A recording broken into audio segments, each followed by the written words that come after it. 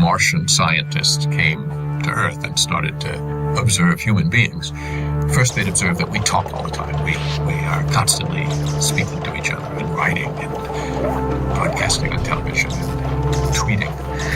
But also we're engaging in transactions. We're cooperating and coordinating. We're buying and selling. We're hiring each other. We're being hired. We're marrying each other. We're getting Airbnbs and Ubers.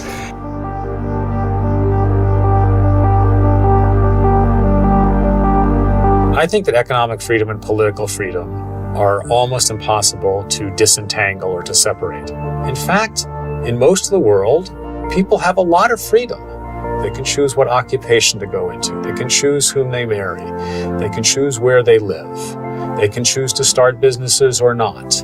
They can choose how much education. So I don't think you can have substantial political freedom without economic freedom, and vice versa.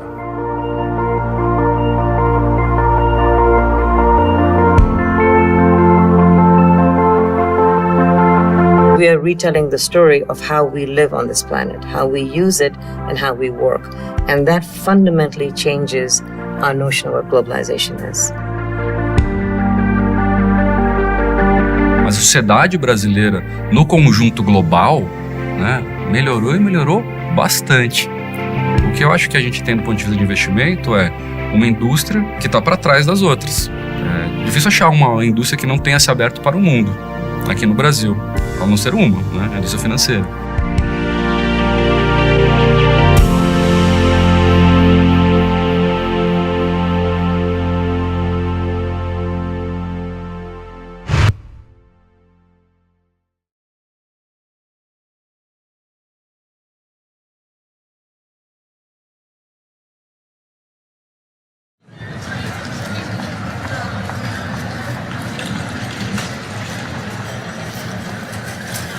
What creates economic development is innovation. You know, it's technological change, it's new goods, new services, new ways of doing things, ways of raising labor productivity. If you recall, the Industrial Revolution that most people remember happened in the late 18th, early 19th century, where just one thing got changed, and that was energy. We moved from wood to coal, and between steam engines and water, the whole world changed.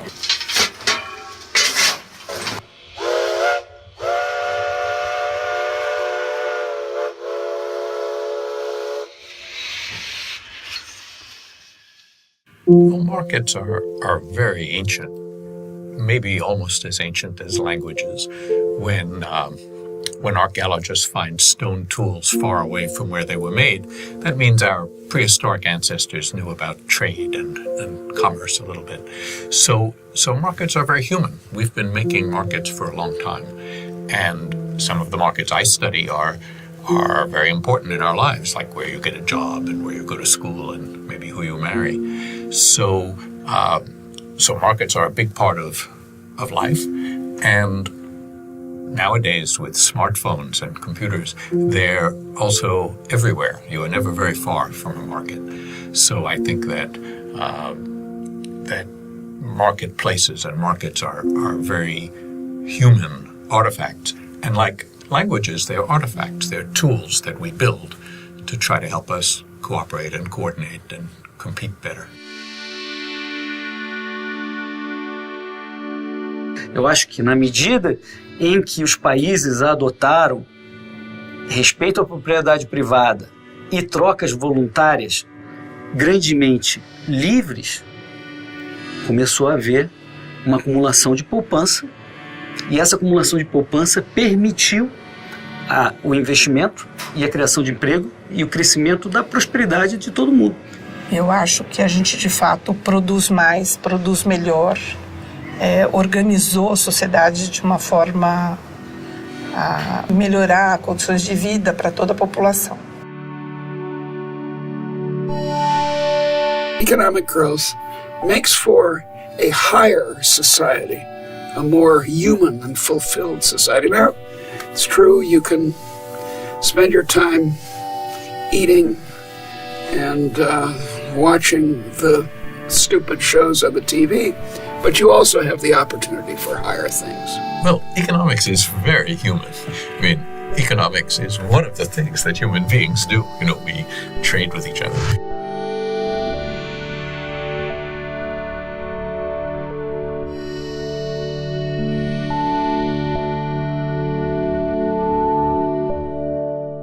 Historically, productivity growth has depended on human capital and physical capital, human knowledge and physical investment. It's pretty clear that in the 21st century, human capital, knowledge imparted through education and training will play a growing role.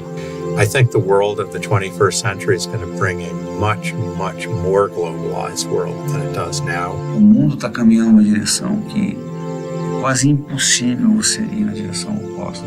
We see this in Silicon Valley, for example, very prominently, where we've seen the emergence of some incredibly valuable businesses that rely entirely on knowledge and have almost no material, physical investment. And we are really truly in the fourth industrial revolution. So we had steam and water, then we had electricity, then we had the internet with the microprocessor, the chip, what we call information age, the digital age. And now we are in the fourth industrial revolution, which is called artificial intelligence, which is a game changer. It's changing the status quo. Nós já convivemos com a inteligência artificial.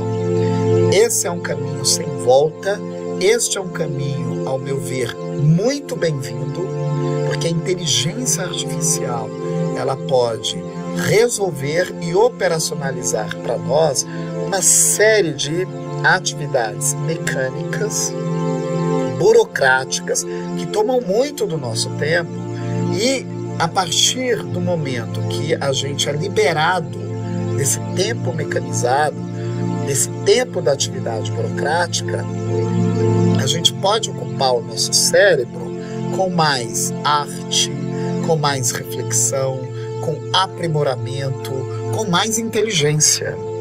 Everybody, this is Sophia. Sophia, if you could, please wake up and say hello to everybody. Oh, good afternoon. My name is Sophia, and I am the latest and greatest robot from Henson Robotics.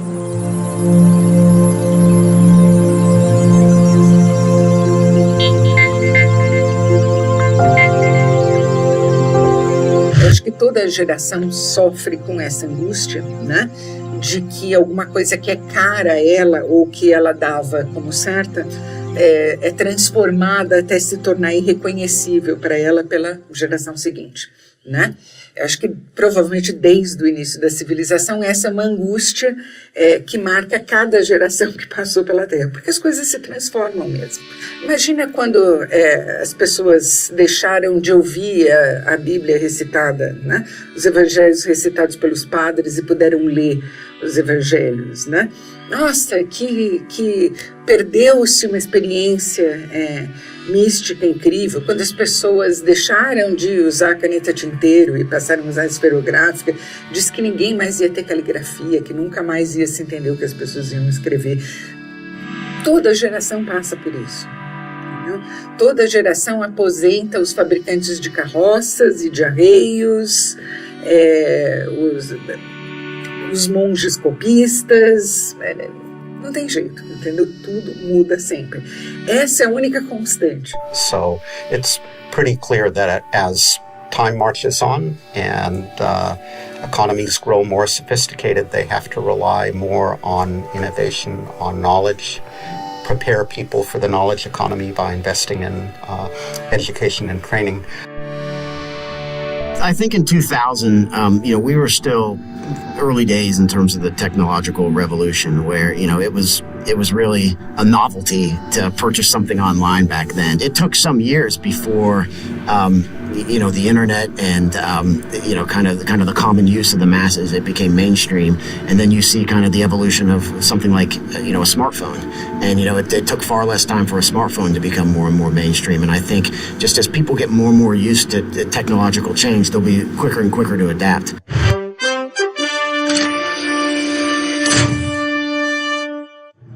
Thanks for watching our internet edition of Nightline. There is a major breakthrough headed to American consumers. It's the iPhone, an iPod, a cell phone, and a portable internet all in a little lightweight package. The announcement has set off a major stir, and it could change the way you live. Nightline sat down with the man behind the breakthrough, Apple's CEO, Steve Jobs. It's very clear to us that the world's going mobile. And we really believe that a device like this, which is, an order of magnitude more powerful than any mobile device or any cell phone that's ever been created, and yet vastly easier to use, is the future. Será que o futuro vai ser melhor do que hoje? E em que medida o presente está sendo melhor que o nosso passado? É uma questão que muitas pessoas se perguntam. Quer dizer, a gente está cercado de coisas hoje que a gente toma por garantido, mas que há décadas ou há séculos eram reservadas a milionários, a bilionários, e que hoje, se eles fossem numa casa de uma empregada doméstica, por exemplo, eles ficariam fascinados querendo ter, por exemplo, um smartphone, né? Hoje, morador de uma zona, tirando áreas conflagradas pela violência por razões óbvias, tá? De, digamos assim, um bairro de classe média baixa, do Rio ou de São Paulo, tem condições de vida, de bem-estar, de acesso a bens material de consumo melhores do que tinha um rei no século XVI.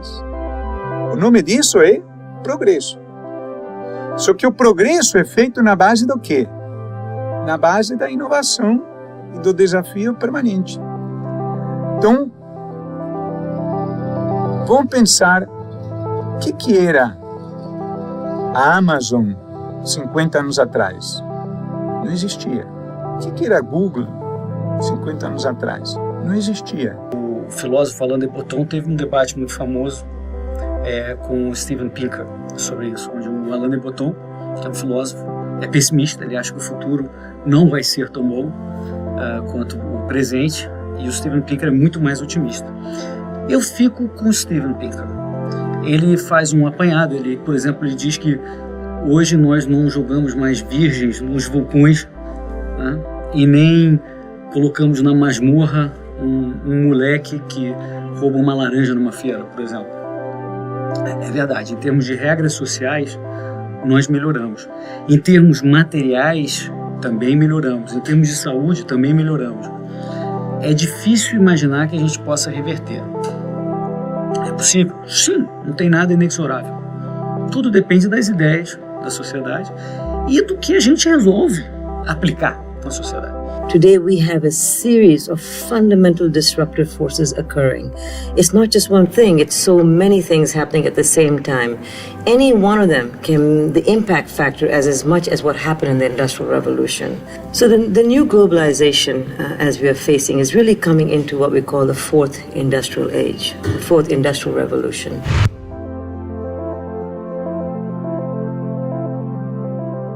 So what does globalization mean? It can mean integration of the national economy or exposure of the national economy to the international economy. Well, I think globalization is the movement of goods and capital in a relatively easy way with the objective of producing things more efficiently and providing better goods and services to consumers at a better price. So it basically tries to remove many of the borders that have impeded the flows of goods and capital in the past. Que eu me lembro quando se começou a falar de globalização, que era um termo chique, a gente usava em workshops, hoje não é mais um termo, hoje é nossa condição de vida, quer dizer, a gente vai ter que estar pronto para uma expansão diferente. O internacionalismo, a globalização, também se tornou nome feio com o tempo, né? Muita gente acha que isso é uma coisa recente, uma maldição que os americanos aprontaram para cima de nós para nos prejudicar. As pessoas se esquecem que o mundo, com a evidente exceção da Idade Média, mas o mundo sempre teve um grau muito alto de intercâmbio comercial. The world economy can produce things more efficiently, and according to what economists would refer to as comparative advantage, certain parts of the world can do things more effectively. it has proven over the last 30, 40 years, certainly since the Second World War, that it's been connected with great advances by a number of countries. Japan, Korea, China, now Vietnam, have been able to develop because of globalization. A globalização e a internet têm um papel muito semelhante no sentido de promover o acesso, seja a informação ou consumo. As duas promoveram isso ao mesmo tempo, né? Acesso é inclusão, né? Acesso é poder participar sem ter que deprimir nenhuma característica própria, né? Então, não adianta a gente querer dar acesso se a pessoa se sente desconfortável. Acesso é algo mais amplo do que só a mecânica do é possível. Acesso é conforto também. O pronunciamento das empresas, como você consumidor é o nosso rei, aqui é você quem manda, né? Tudo isso desabou. Por quê? Agora, ó, como era assim, né, vertical, a empresa aqui, o consumidor aqui, ficou assim. Agora ficou horizontal. A internet, ela é revolucionária, ela criou novas possibilidades, mas eu gosto de imaginar como vários imaginam, principalmente no Vale do Silício, muitos empreendedores de lá, que ela mais intensificou alguns processos humanos do que criou novos. Our understanding of globalization is changing. And, hopefully it will end up meaning that more people prosper across the world in a much more speedier fashion. We are at the cusp of shifting our future. Our resources are limited, income inequality has expanded, yet at the same time, these same very pressures are pushing us to a new paradigm. So when I was advisor to Kofi Annan, I found that in the United Nations, all the reports have said, in this globalized world, we got this terrible outcome, child labor, all sorts of evils in the world, which we haven't eliminated yet. So I told the Secretary General, I said, you remember Tina Turner's famous song, what has love got to do with it? And I said, we've got to ask the same question of globalization. If you see a lot of child labor, a lot of inequality, is globalization the cause of it? Globalization might have actually moderated it, reduced it. So it might have been good rather than bad. Where we are not thinking about just economic growth and economic efficiency. We are thinking about maximizing human well-being. And I do believe in that paradigm shift when we think about how economic structures should be set up. It will be more inclusive, a more fair system. So, Matt, I'm going to go and turn on the arm. Try and go up. Okay, and back down. As humans, we are tool users. And every time we invent a new tool, that changes the way we live. Ladies and gentlemen, what gives me tremendous confidence in the future is the fact that we are now more empowered as individuals to take on the grand challenges of this planet. We have the tools with this exponential technology. We have the passion of the DIY innovator. We have the capital of the techno-philanthropist. And we have 3 billion new minds coming online to work with us, to solve the grand challenges, to do that which we must do. We are living into an extraordinary decades ahead. Thank you. A gente cria esses totens, né, mentais, a respeito do novo mundo e tudo mais. Na verdade, o novo mundo, o velho, o que virá, todos sempre dependem da imaginação da gente e da ação da gente. É extremamente importante não perder de não perder essa perspectiva da agência intelectual humana, né?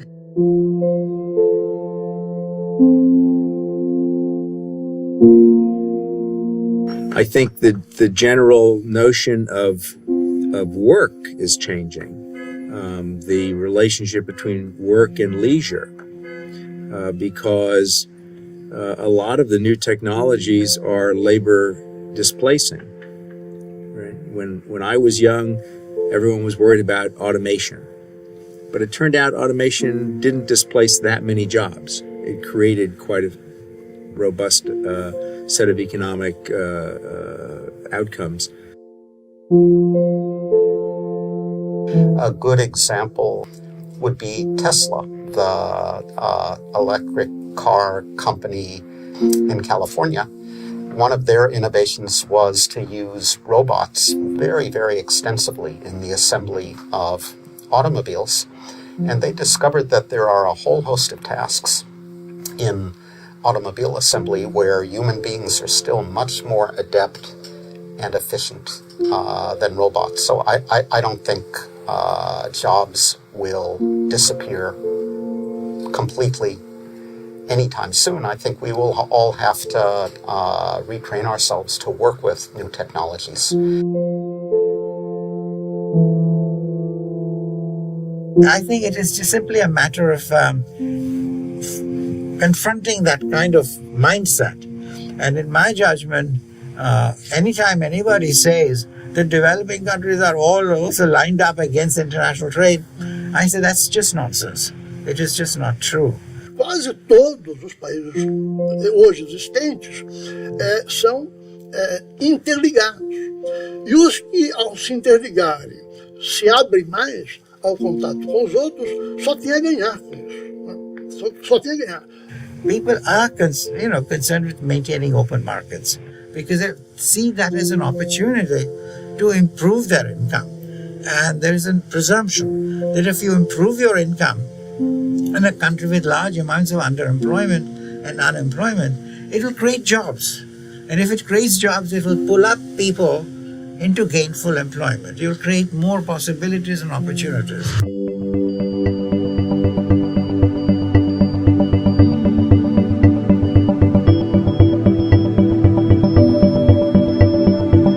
Os grandes vencedores da Segunda Guerra Mundial, a grande potência econômica e política mundial, são os países liberais. Então, o que nós realmente tivemos como contraposição durante a segunda metade do século foi dos países liberais, capitalistas, sociedades individualistas, livres, imprensa livre, tudo isso que nós conhecemos, democracias representativas, contra os países de economia planejada e de poder central. Não existe sistema econômico melhor até hoje que a gente conheça do que o sistema da sociedade de mercado.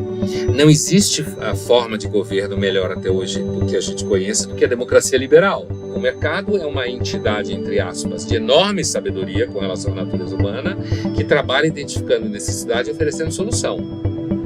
Então você pega baixa natalidade em classe média alta para cima, diminuição de maternidade. Alta longevidade, ampliação de casas de repouso, em termos de mercado, né? Então, você vê logo que o mercado ele vai sentindo o cheiro de para onde as pessoas vão e ele vai oferecendo solução para as pessoas, né? E o Estado vai correndo atrás disso daí para querer, de alguma forma, supostamente oferecer solução ali onde não se consegue pagar. Mas quem está pagando é o contribuinte, é claro. O Estado não ganha dinheiro nenhum. Ele só tira dinheiro da sociedade. Ele é um total parasita da sociedade. Por isso que ele tem que ser mantido sob certo controle. Porque senão ele, como todo parasita, ele vai tomando conta do organismo. E quando ele toma conta do organismo, ele mata o organismo. Well, liberalism caused the modern world a free country, a country in which people are brought into the economy and can do what they want in the economy, is a country that's innovating, that's creating, and it's not the government that's creating, it's individual people who are creating. So the political system that corresponds with individual people creating is liberalism.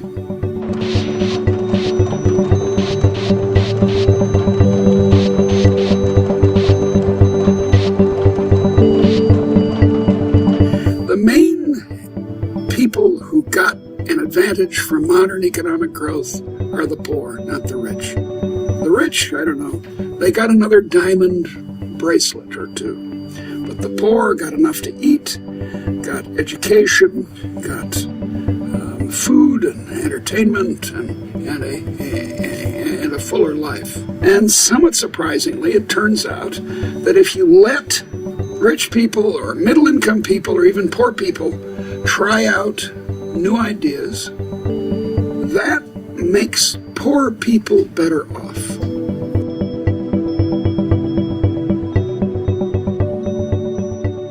Nós tivemos pouquíssimo liberalismo explícito no Brasil, né?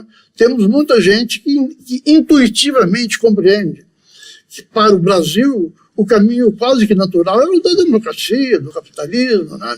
Tivemos atrás, por exemplo, Eugênio Goudin, um grande liberal, mas ele foi derrotado no debate público pelos estatizantes, pelos nacionalistas, que passaram, então, a advogar a presença do Estado, o investimento do Estado, né, como uma forma de promover a industrialização do país.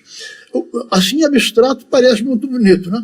Mas é evidente que esse dinheiro que o Estado investia, esse capital que o Estado investia para promover o desenvolvimento, o Estado não o produzia, isso era produzido pela sociedade. Então, era através dos impostos e da inflação que o Estado, na verdade, tentava acelerar o desenvolvimento industrial do Brasil, levando a um imenso desastre, né, que se evidenciou na sua máxima expressão na década de 80, a chamada década perdida, quando nós paramos de crescer totalmente e passamos a conviver com inflações estratosféricas, né, caminhando para uma hiperinflação que foi finalmente domada pelo Plano Real.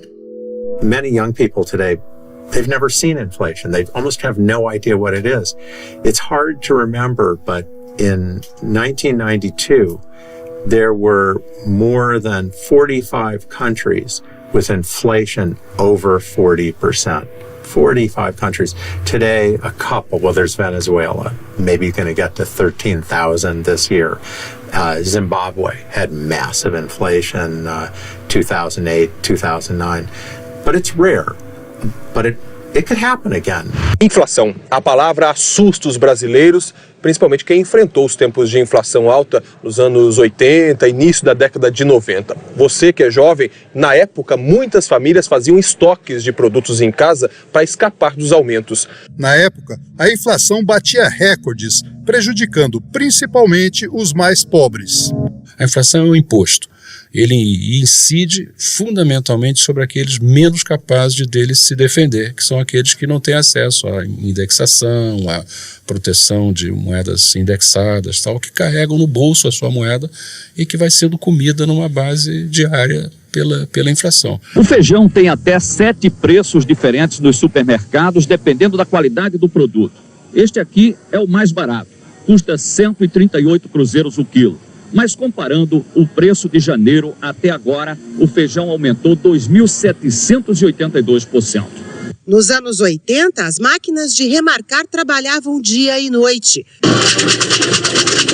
E na tentativa de frear este círculo vicioso, foram muitos pacotes e moedas diferentes. Inflation has a very corrosive effect on the self-confidence of individuals who see their savings wiped out, and on the cohesiveness of societies, because some people are able to escape the costs of inflation, but most people are not. But that said, I think Brazil has taken a lot of the steps towards not having it happen, at least anytime soon. Ultimately, there has to be a political consensus in Brazil that we will keep the budget within reasonable balance, at which point I think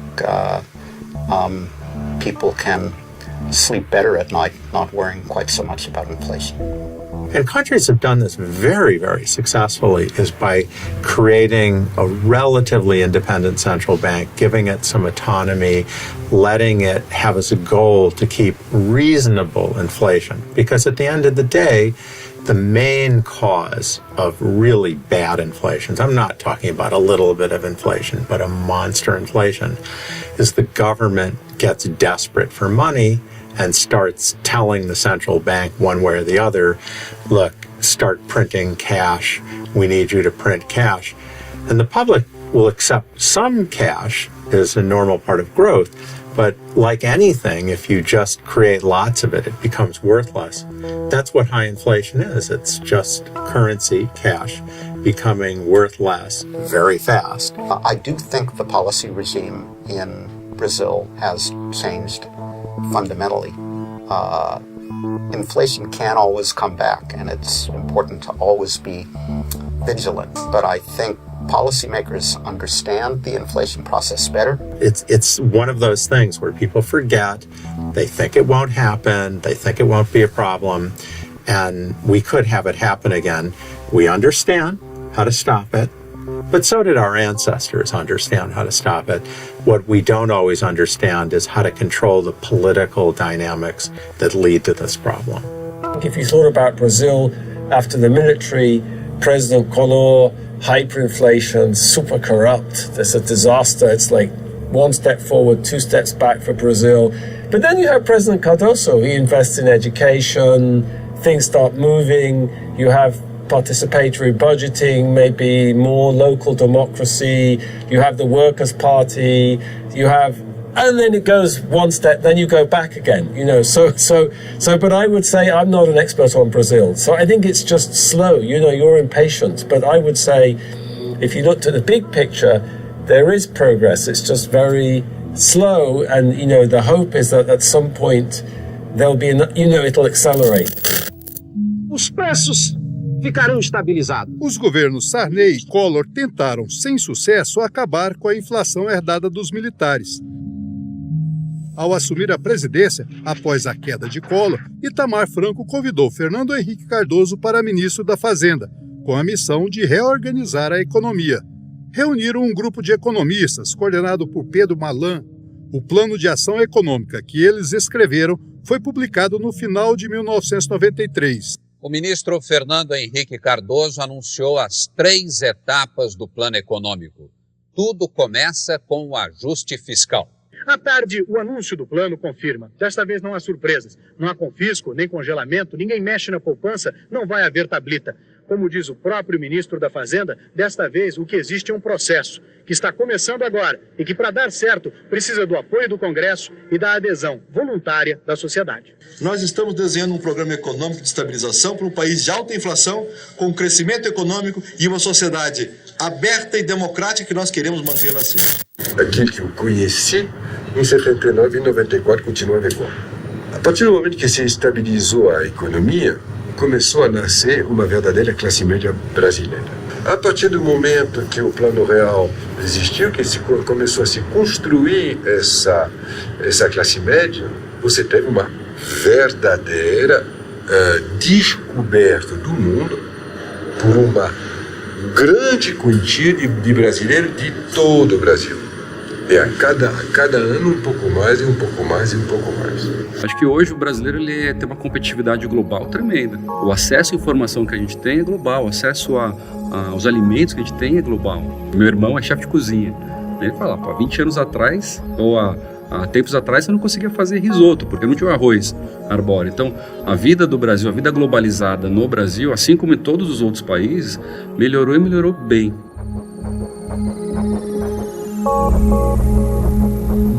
A partir do momento que o Brasil começou a frequentar fora, começou a se enriquecer. First of all, I remember those days when Real was very strong. It was funny living in New York. You'd see entire busloads of Brazilians just get off and buy everything. If we're flying to Brazil, then just the overhead compartments would be packed with U.S. products, which were suddenly made cheaper because the real was so strong. A abertura do mercado para os importados foi muito importante. Primeiro que, assim, quanto mais aberto o mercado, melhor fica, porque a competição também fica melhor, né? E a palavra-chave é competição, tá? A competição é que gera o progresso. O capitalismo, ele é intrinsecamente incompatível com a estabilidade. Se o mundo é estável, então o capitalismo tem alguma coisa que não está funcionando. Por quê? Porque ele se move na base do eterno desafio, que ninguém pode ficar tranquilo diante da ameaça da concorrência. Ao longo do tempo, em termos de empresas, ficam muitos mortos e feridos pelo caminho. Mas essa é a base do progresso. É isso que a gente precisa entender. A única forma, não só do Brasil crescer, como de qualquer outro lugar crescer, é você dar condições para que o ser humano exerça o potencial dele. Um país, uma economia tem que funcionar mirando no potencial que a sua própria população tem. Porque quem faz um país não é uma entidade. O próprio Estado é quase uma coisa virtual. O que faz um país são as pessoas que estão dentro dele. Com acesso ao conhecimento de que existe a outra coisa melhor do outro lado, né? O mundo ficando menor, as indústrias se abriram e não foi melhor só pro rico, melhorou para todo mundo, né? No mesmo shopping ou na mesma rua, você tinha uma marca brasileira lado a lado com uma marca de luxo importada. Então, isso obrigatoriamente faz com que o padrão de qualidade da marca brasileira tenha que melhorar.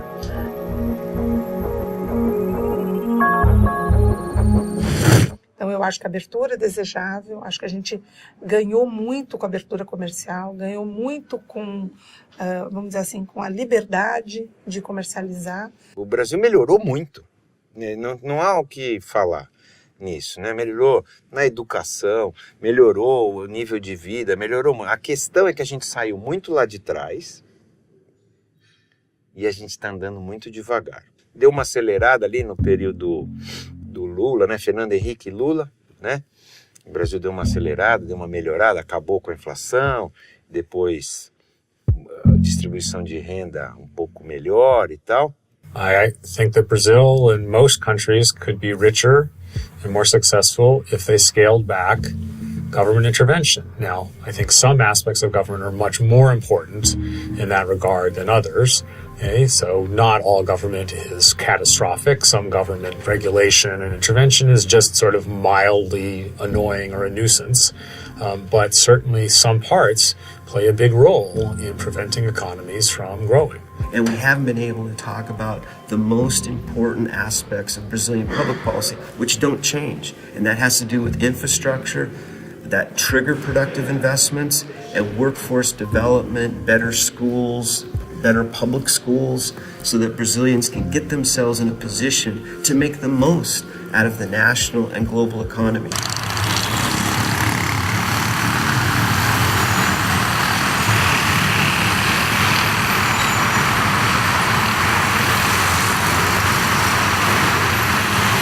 Eu não quero ser ingênuo a ponto de você imaginar que não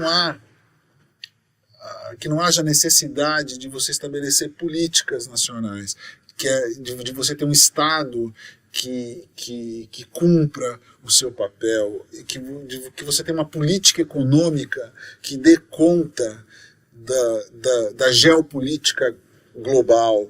Eu acho que está tudo certo com isso. Eu acho que você tem que considerar minimamente o que entra e o que sai. Mas eu acho que isso tem que ser feito de uma forma, a partir de um princípio. O princípio tem que ser de abertura e de troca, e não o princípio tem que ser de termos que nos proteger de um inimigo que está lá fora. Na verdade, inventa-se o inimigo lá fora quando os verdadeiros inimigos estão aqui dentro. E é isto que me incomoda muito. E não me surpreende em nada que nós, com tudo isso acontecendo, quer dizer, com essas revoluções todas de conexão acontecendo, a nós sobre tão pouco para se conectar.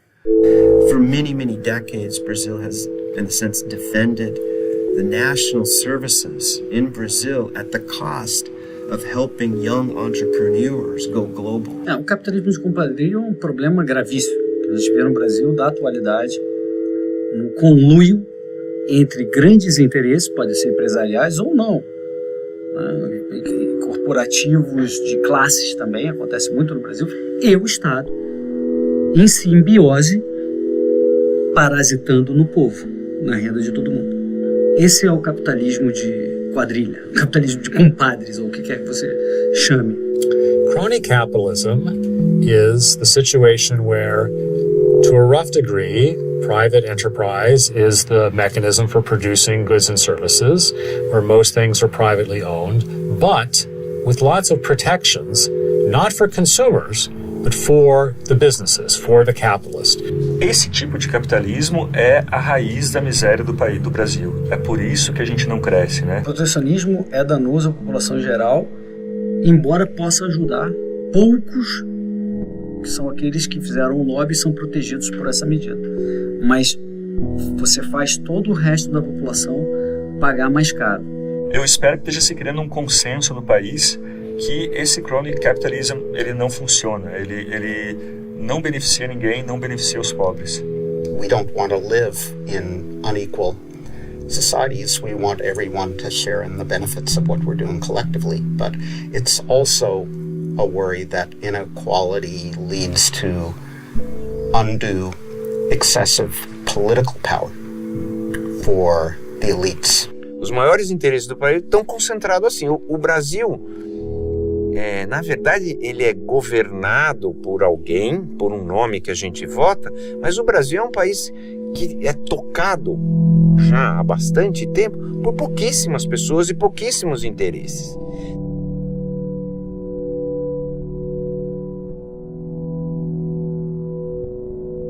That's the thing that excites me the most, are young Brazilians really trying to struggle to find ways of engaging the global economy. But of course, Brasilia is a decade or two behind and really needs to move quickly.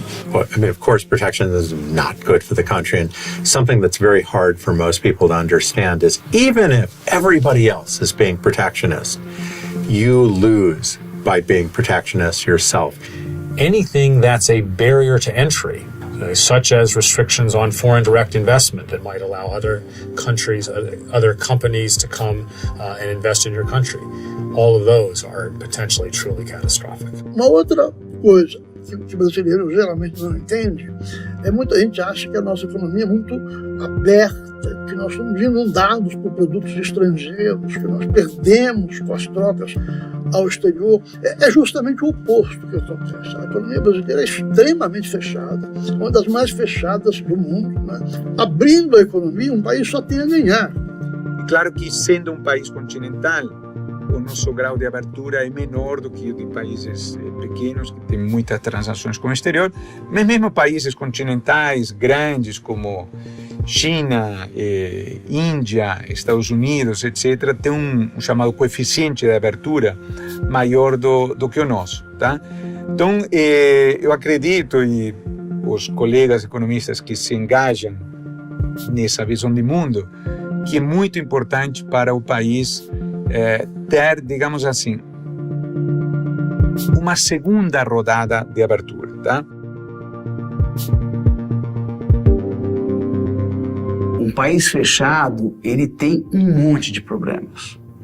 Vou dar um exemplo. Se uma empresa ela não tem concorrência externa, ela também não tem necessidade de ter o melhor produto. Ter um produto mais barato. Por quê? Porque não tem concorrência. O consumidor vai ter que cair na minha mão, vai ter que comer no meu prato. Eu não preciso ficar olhando para o lado e ver se o meu concorrente está fazendo um produto melhor, um produto mais barato, está trazendo uma oferta maior de produtos, porque no final é só o meu. E essa foi sempre uma lógica muito grande que existiu no Brasil. E o Brasil, neste sentido, ele abriu muito pouco. Teve, aliás, desde lá do Collor, que foi o início da abertura, o Brasil se abriu mesmo, mas ainda, eu não diria que foi uma coisa agressiva, foi uma coisa assim, muito gradual, muito lenta. Hoje é um país mais aberto, mas ele ainda, mesmo sendo mais aberto, ainda é fechado. Acho que o problema fundamental do Brasil é liberdade econômica. O caso dos bancos é um típico exemplo em que o grande fornecedor, ele pressiona por mais regulação, por mais exigências justamente para afastar pequenos concorrentes, né? Justamente para garantir a sua participação de mercado. Markets need regulation, that markets left to their own devices do not always get it right. There are a lot of gradations about exactly how much regulation there should be and exactly how it should be done. Do I think that Latin American countries move too fast in the direction of market liberalization in the 1990s, and that they were too slow in putting in place the regulations they needed for liberalized markets to work smoothly? Yes, I think I would agree with that. Well, certainly markets and market agents, whether they're firms or even consumers, need government supervision to ensure that they follow the rules and they follow the law. Now, in 2008, we had the financial crisis, and that came about for a couple of reasons. One, that the government wasn't applying enough supervision to the new activities, the financial marketplace, that really concentrated risks on certain types of investments and so forth. And in fact, those risks came to fruition and really exploded the marketplace. That's usually not the case, but we need great supervision from government regulators. And we also need transparent rules and sanctions for those that break the rules. From the financial capital of the world, the opening bell is going to ring in 5 seconds, and to be honest with you, we wish it wouldn't, because we're now down 43%. So almost everything there completely wiped out. And the NASDAQ, everything and more has been completely wiped out. We haven't seen anything like this probably since the Great Depression, I think it's fair to say. But the general idea that markets do well, that individual freedom is a good thing, and that government should face some restraints on its power, I think we see that in a large fraction of the world. So that suggests a decent fraction of the world does accept that and believe that we don't want radically more government than we have. And maybe in some cases we want substantially less. Eu acho que nos últimos 20 anos o Brasil vem evoluindo.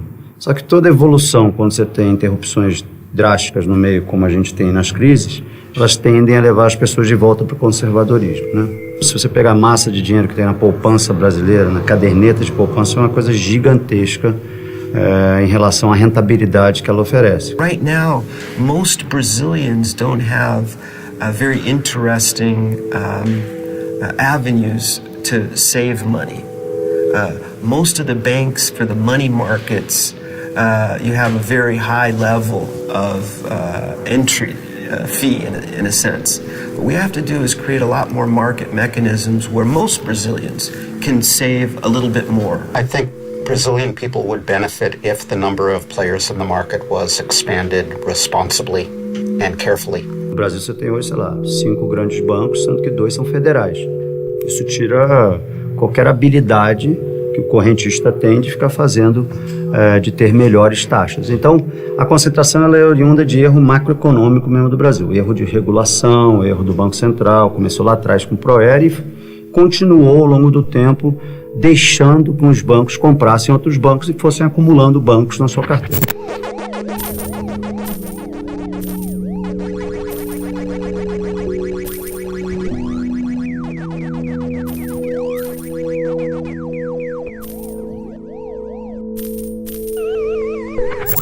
Indústria fechada e muito concentrada por erros macroeconômicos que o Brasil vem cometendo ao longo do tempo. A indústria não pediu para ser concentrada, né? O país errou em deixar ter uma concentração bancária. Então você pode chamar isso uma culpa do Banco Central, ou seja lá de quem a gente queira dizer, mas a concentração bancária ela é muito ruim para todo mundo. Ela só é boa para os bancos. There's a lot of evidence that countries in Central and Eastern Europe, for example, that have allowed the entry of foreign banks have benefited from the additional diversity and competition and the introduction of new banking models. The problem is that if you throw the banking system open too quickly, you get disruptions. Old banks get quickly competed out of business. You could get a lending boom. You could get all kinds of problems along the way. So it can be done carefully, prudently, gradually over time, then I think it would be beneficial. A gente vê no Brasil ainda, infelizmente, e não só no Brasil, na América Latina como um todo, mas no Brasil principalmente, uma poupança puramente doméstica, super concentrada, né? O que coloca em risco a população de uma forma tremenda.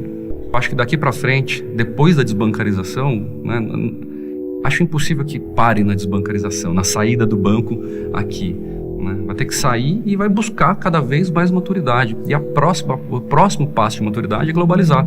A internacionalização, a globalização, né, vem em linha com a necessidade das pessoas. As pessoas são globais. Nossa vida é global. A nossa vida é muito mais influenciada por ferramentas do mundo inteiro, né?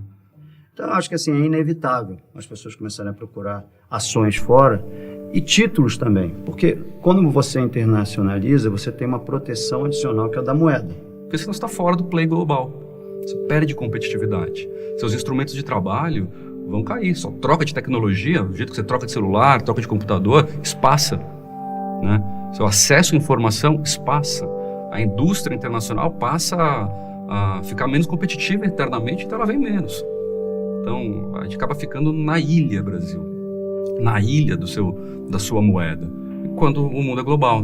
If middle-class people can invest in other countries, that's certainly going to be beneficial for them. They have more choices. They can have somewhat more safety for their investments, be better diversified by investing across a lot of countries or a lot of assets rather than just a few. It's not totally obvious how that would directly benefit the growth of Brazil more generally, except that it incentivizes people to be happy staying in Brazil. Okay? It incentivizes other people who might want to come and live in Brazil, talented people who would be happy to be there as long as they feel they have the freedom to keep their wealth where they think it will be safe, to invest as they say choose. So anything which discourages people from being able to be successful within the country is of course going to cause some of the most talented people to go elsewhere where they can take advantage of their talents.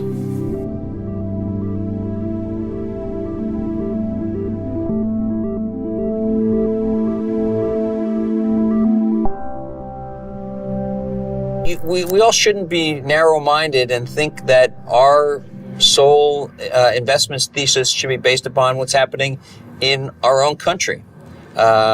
We could be missing out on the big world that's out there and the pockets of opportunity that exists everywhere. And so I think that the opportunity for Brazilians to look beyond their country and to look for opportunities to create wealth for themselves over the next decades to come. Why wouldn't you want to trade in the U.S. markets? I, for one, trade in the Brazilian markets so that I make investment opinions and I make investment decisions based upon, the economy in Brazil. I mean, Brazil, if you look over the last few years, has been, on a downward climb and then a sudden rapid upward climb. The Brazilian market has outperformed a lot of markets around the world, and I was happy to have exposure there.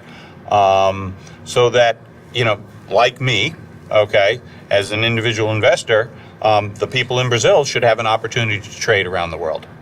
I think looking to the future, there's a lot of potential for more economic activity between the U.S. and Brazil, which would serve both countries very well.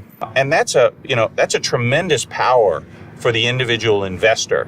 That if you are down in Brazil and you're saying, well, the only stocks I can buy is Petrobras or the Brazilian telecom, I want a wider choice. I believe the telecom industry is going to succeed. You can gain exposure to the telecom industry, whether it be worldwide, okay, whether it be in Asia or the Far East markets, and instantly reflect that. Do ponto de vista de investimento, o que adianta você se diversificar dentro do mesmo lugar, né? Onde todos os ativos correm mais ou menos o mesmo risco sistêmico, né? Então, quando você consegue abrir seu portfólio, investir em diferentes partes do globo, do planeta, você tem uma proteção natural ou mais ampla sobre seus portfólios. Eu acho que uma maneira mais fácil de perceber isso é tangibilizando através das marcas que nos cercam, muitas das quais são inclusive passíveis de serem investidas lá fora. Mesmo investidores que têm um perfil de risco um pouco maior, que estão acostumados a investir no mercado acionário, por exemplo aqui no Brasil, né, eles perdem um pouco de contexto que muitas dessas marcas que estão no dia a dia são disponíveis para investimento lá fora e que, portanto, dariam a ele muito mais oportunidade de retorno e uma capacidade de diversificar mais o risco dele do que hoje ele consegue fazer sozinho, olhando apenas ações brasileiras. Nós somos seres múltiplos, diversos, e a partir do momento que a gente vai descobrindo coisas novas, a gente vai se identificando com essas coisas novas. É muito comum, enfim, eu já morei fora, pessoas que passam a se identificar muito mais com a cultura de um país que às vezes não tem nada a ver com a sua origem, mas porque aquilo ali gera alguma identificação por um gosto, enfim, por uma vontade, um desejo. Então ter essa opção, ter a liberdade de escolha, não só na alimentação, na hora de se vestir ou na hora de comprar tecnologia, mas em todos os aspectos da vida, eu acho que é fundamental.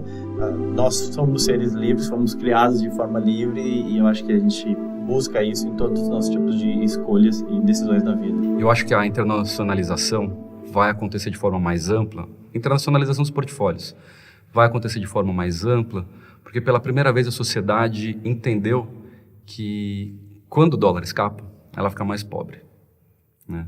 Nas outras vezes que o dólar encostou nos R$4, acho que a sociedade ainda não tinha essa maturidade, né? Ela não percebia muito quanto ela se retirava do play global. Dessa vez, né, nessa última escapada que o dólar deu, nessa última supervolatilidade que ele teve, a sociedade entendeu, né? Estou mais pobre, porque a vida está muito global, né? E a demanda está instalada. O brasileiro, alguns anos atrás, não tinha demanda de, preciso me proteger globalmente. Não tinha consciência, né? Hoje ele sabe, né? Hoje ele sentiu, fiquei mais pobre, né? E fiquei mais pobre por puramente falta de produto. Quem estava aqui para me dar assistência financeira, que tinha as condições para me dar assistência financeira, não deu, né? E pelo contrário, né, criou dentro da sociedade brasileira uma percepção de que exposição ao dólar é a coisa mais arriscada do mundo, né? De novo, você pode entrar em qualquer plataforma de investimento, bancária, não bancária, independente, enfim, os ativos em dólar estão sempre ali classificados como os mais arriscados, né? Quando na verdade eles deveriam ser classificados como uma parte da proteção do seu patrimônio. Acho que é esse tipo de maturidade que vai antecipar a chegada de ofertas globais de investimento. I think a free flow of capital is absolutely necessary for emerging markets.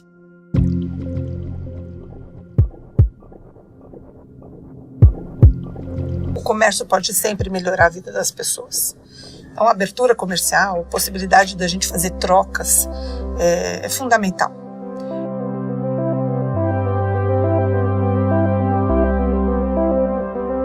So marketplaces have to accomplish a number of things in order to help the market work. And the first thing is they have to bring people to the marketplace who want to transact with each other. We can't escape globalization, and that if we try to protect one sector, it's going to be devastating for other sectors in the economy. So we have to find a way to work with other nation states, other economies, to find out the best mix of exchanging our market openings and investment with theirs.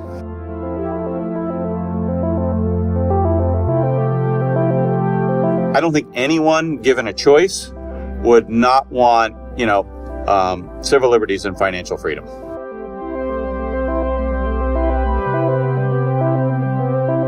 A percepção de que ou a gente se moderniza no sentido de engajar o país no movimento que está ocorrendo em vários países do mundo, de aceitar a força dessa globalização, ou simplesmente a gente vai perder o bonde da história. Economic freedom is what's crucial for having a large and stable middle class. And the middle class is necessary to have continued support for democracy.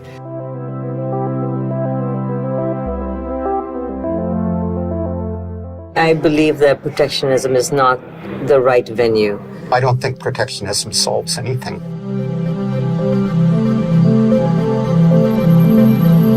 We're much more global than we used to be, and I don't think there's any turning back. I think everybody loses. The history shows that everybody loses, from a collapse in globalization. É incontestável que a globalização foi muito benéfica para o mundo.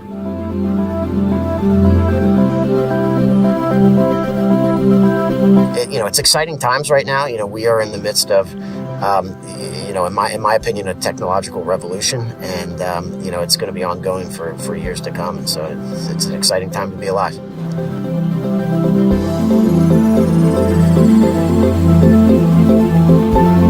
Para mim, liberdade é fundamental. Me incomoda qualquer barreira geográfica. Eu acho que a troca ela é sempre muito boa. A gente não vai conseguir regular esse mundo se a liberdade não existir, né?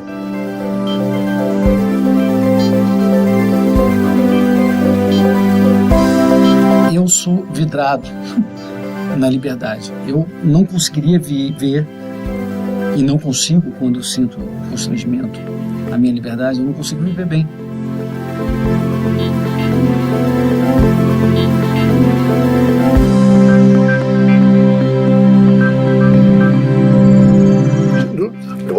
Eu acho que a vida melhora se formos livres para escolher e só melhora se formos livres para escolher.